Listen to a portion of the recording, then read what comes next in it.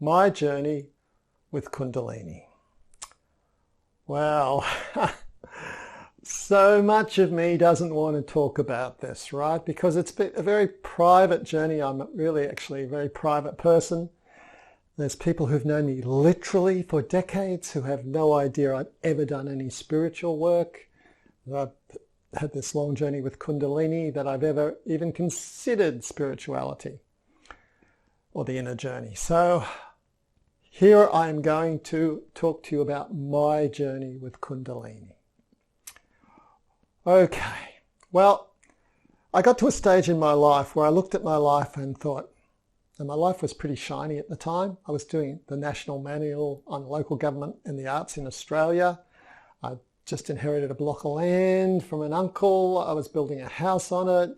I was in my 20s. My life, felt pretty shiny. I was going through Saturn return. But one idea would not let go of me. There has to be more to life than this. There has to be more to life than this. So there was plenty that was good in my outer life. So if my outer life was going to do it for me, I would be happy. Something inside me had to change. So I'd been gifted the loan of this book, Bioenergetics. It was a very good book, Bioenergetics. And he talked about how psychological trauma isn't just here, it's embedded throughout the body. And he had these exercises and stuff to de-armor the body and return the body and mind to a better state. So years before, I'd been to a party, a small dinner, a small party in this woman's room, and she had a little sticker up that said rebirthing. And I said, oh, what's rebirthing? And she said, it's about breathing. And that's all she'd tell me. She wouldn't tell me anything else. So I'm reading Alexander Lowen's book and I'm thinking, maybe breathing could do this faster than these exercises in terms of de-armoring the body and going on a journey towards a better inner me. And I tracked down some place that did rebirthing. Terrible name for it. I never call it that anymore. I call it breath work. And there was the Euroa House in Balmain in Australia existed at the time. So I booked in some sessions with this guy who ran the centre. A really nice guy, Michael Adamides. And it was immediately a really, really powerful thing for me. So that led to a different breath worker in the session centre because he was booked up, and I did quite a lot of breathing by myself. And then that led to doing a training in breath work, a 3-week hyper-intensive training, and all sorts of other things that I might go into in another video. Two things tended to coalesce. Firstly, I found that I was standing up in sessions and I was shaking a lot. Or it might actually be more correct to say I was shaken. But there's like this, some energy was like shaking me, and I make sound. And I had no idea why I was doing this, but it was happening to me. And I had the woman who was leading the training, the 3-week intensive, she didn't know anything about Kundalini. So meanwhile, I'd started up classes in Tai Chi Chuan, and by a guy from South America called Luis, Colombia, I think it was. And he was teaching Yang family long form, 40 minutes. So we're doing, Tai Chi. And he took the guys aside and said, listen guys, you need to stop ejaculating when you have sex. Because every time you ejaculate, you lose some life force. So you need to not ejaculate when you have sex so that the life force is kept inside you, and that will slow aging. This is a very Taoist idea, and of course Tai Chi is a very Taoist form of exercise, martial arts, etc. And so I took this on board and I set out to learn how to have sex without having an orgasm. And if you want to know one variation of that, you can look at Mantak Chia's work on raising male sexual energies. I think it's called Raising Male something. And a very well-written book. I don't do that, right? If you want to find out how I do it and what I recommend is more powerful than never having an orgasm. So this is, in fact, this is what a lot of spiritual teachers teach. They teach, when you think you're getting close to orgasm, stop, withdraw, meditate up the energy. It's not what I do, not what I recommend. I'm not going to talk too much about explicit things to do with sex here. If you go to maps4.life, my website, the website about maps for a more meaningful life, there's a private adults only section, and I will be putting the how to do it in that. So I was practicing this Taoist sexual technique. So I wasn't losing the life force through ejaculating. And that then is one of the things that can ongoingly feed Kundalini. Now, Lewis, God bless him, he was teaching this as slowed aging and better health. He had no concept, no idea at all about it raising Kundalini.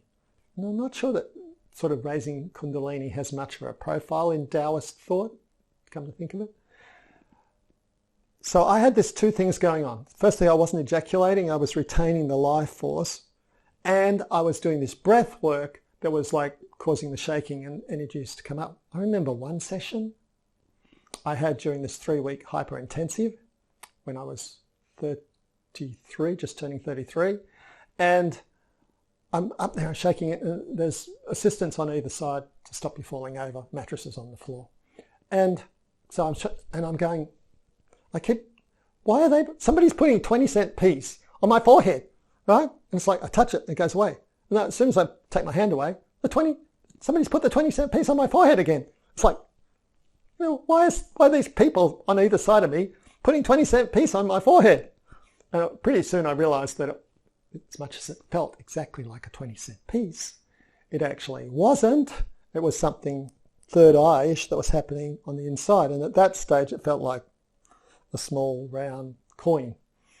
So that was one of my early experience, actually really my first experience of an activated chakra, so to speak. So then moving on from that, I had other experiences where chakras were being cleared and balanced, if you will. I remember one time, a psychic once told me that I have a hypersensitive relationship with my body. She may be right, because when I was about 34, 35, I could feel the chest hairs going grey. They would go ping, ping, ping, ping, and I knew what it was. It was chest hairs turning grey one at a time. So I had a breath session about this, and it was a really fun session. I was in a bath at home, and I found myself laughing through the whole session.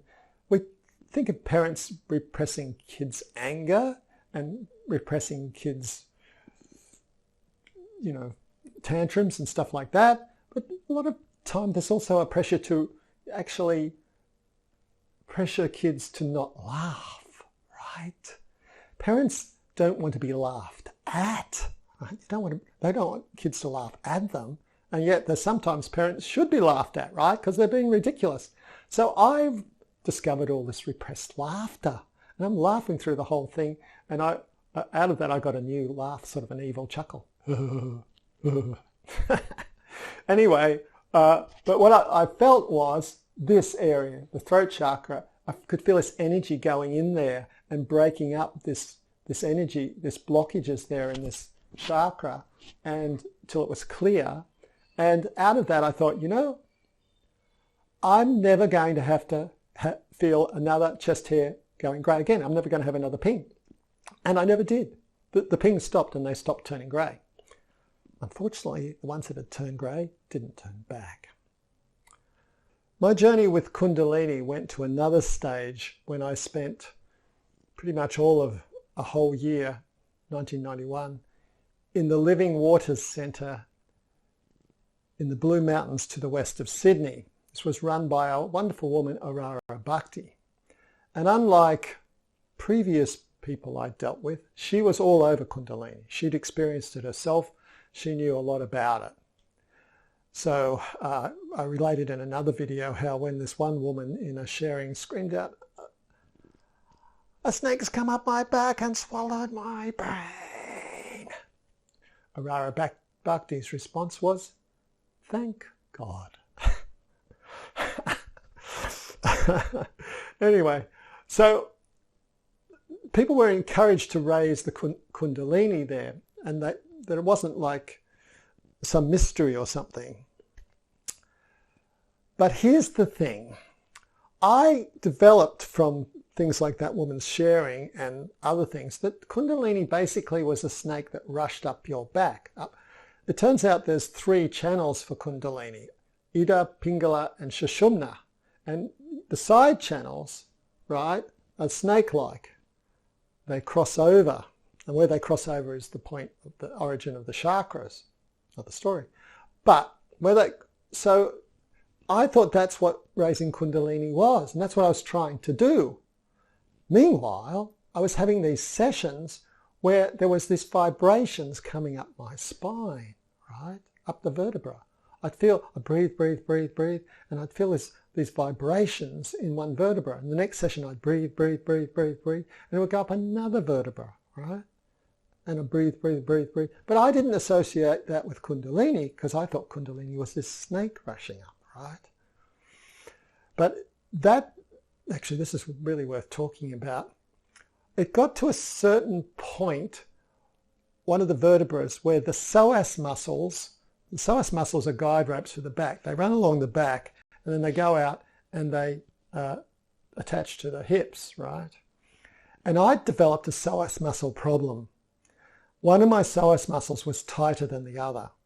So after a few hours sleep, I would wake up in screaming agony because this tighter psoas muscle was reefing my back to one side.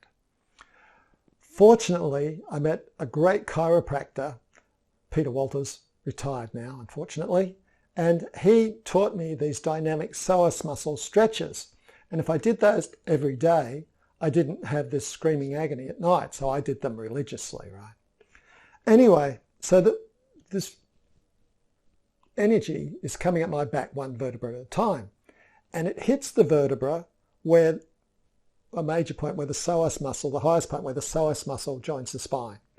And it joins in little circles. And I could feel it. I could feel this energy trying to break up this blocked energy of these circles where the psoas muscle joins the spine. And it felt painful, but it felt good pain, like this is breaking up a long-term blockage.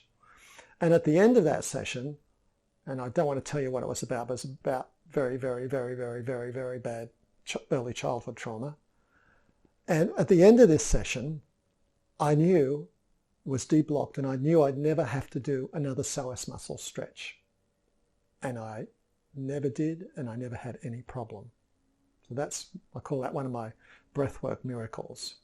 So I had this energy going up one vertebra at a time up my back, but I didn't think it was Kundalini. I thought, oh, it's something, it's just a clearance thing, right? And this is the thing, I was having all these Kundalini things and this energy flowing and stuff, and I would feel vibrations and I'd feel tingly here and I'd have to bring energy down like this and stuff, and I still didn't realize that this was Kundalini because I never felt a snake rush up my back. But I had all sorts of other sensations. The one sensation I did have that was really associated with Ida and Pingala, one time, one of the points that they terminated here, right, just at the back of the head, back of the neck, was somebody like jabbed a pen in it. It was like the energy from that had hit that point. So I left the Living Water Center with a lot of Kundalini, and actually Kundalini flowing, and I didn't know it. So I'll come back in the next part to talk about the next big epiphany I had around Kundalini. I had a dream. I dreamt that I was in Aikido class. I have a black belt in Aikido. And I dreamt that I was in an Aikido class and I was trying to do Aikido, wrestle with in a way, this huge guy, Tony, a huge Fijian guy, really super nice guy, but big, right? like a lot of Fijians, and I was sort of wrestling with him. And then suddenly, like that, I was in an institute of higher learning, what we might, tertiary education, not a university as such, but tertiary level education. And I was in a classroom, but the classroom was empty, right? There were chairs and everything, and you could write, make notes, and the blackboard and everything, but nobody there, empty. So I woke up from this dream and I realized what it was telling me. It was telling me that I was wrestling with some very big issue, something very, very big. But I was empty of some higher knowledge, some higher learning. Now, I knew a friend of mine from Aikido, Bill. I knew he was doing classes with the Universal Christian Gnostic movement. And I didn't know anything about these classes.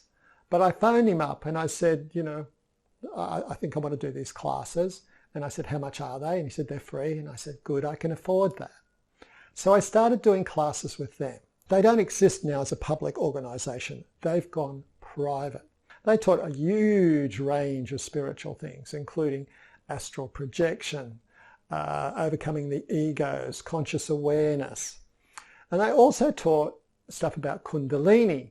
And they taught how the purpose of Kundalini was to build higher vibrational bodies, that you're born with 7 bodies, well, let's say 7 bodies, the physical, the life force body, the emotional and the mental, and 3 spiritual bodies, although they'd said one spiritual body is created by Kundalini, by the flow of Kundalini. And they talked about how we're born with lunar energies, these low vibrational energies, which can really only reflect light and not generate their own light. But with work, the Kundalini raised, and they taught it mainly through tantric sex, actually exclusively through tantric sex.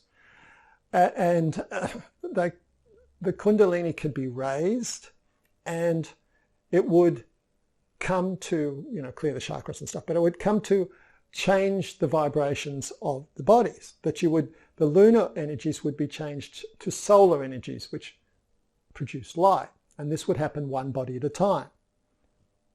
Physical, life force, emotional, mental, and the spiritual bodies, right? So they have to go through 7 times. And as the moon, the lunar energy was being burnt off by the Kundalini, the body in a sense died. The lunar energies died and was replaced by the solar energies. And I thought, oh, this is very interesting. This could be something that lies in front of me. They called that the first mountain, turning lunar bodies into solar bodies. And there's a second mountain, turning the solar bodies into golden bodies. And then there's a third mountain, turning the golden bodies into bodies of light. So, I'm listening. I think, oh, this is very interesting. Could this, maybe this is something that lies in my future. So I go off and I'm booked into a 2-week, I think, retreat, breathwork and retreat. After every session, whatever the session is, let's say a breathwork session, you have a paper and you have a circle on the paper and you have pastels and you let your hand pick up a pastel and you let your hand draw something. You don't have a vision and draw it, you just let your hand do something. So I am there and I have this breathwork session and I do this. I pick up the pastel and I draw this. I draw a moon and a sun. And I'm going, holy crap. I've been drawing pictures of suns and moons for years, right? And this is what they look like.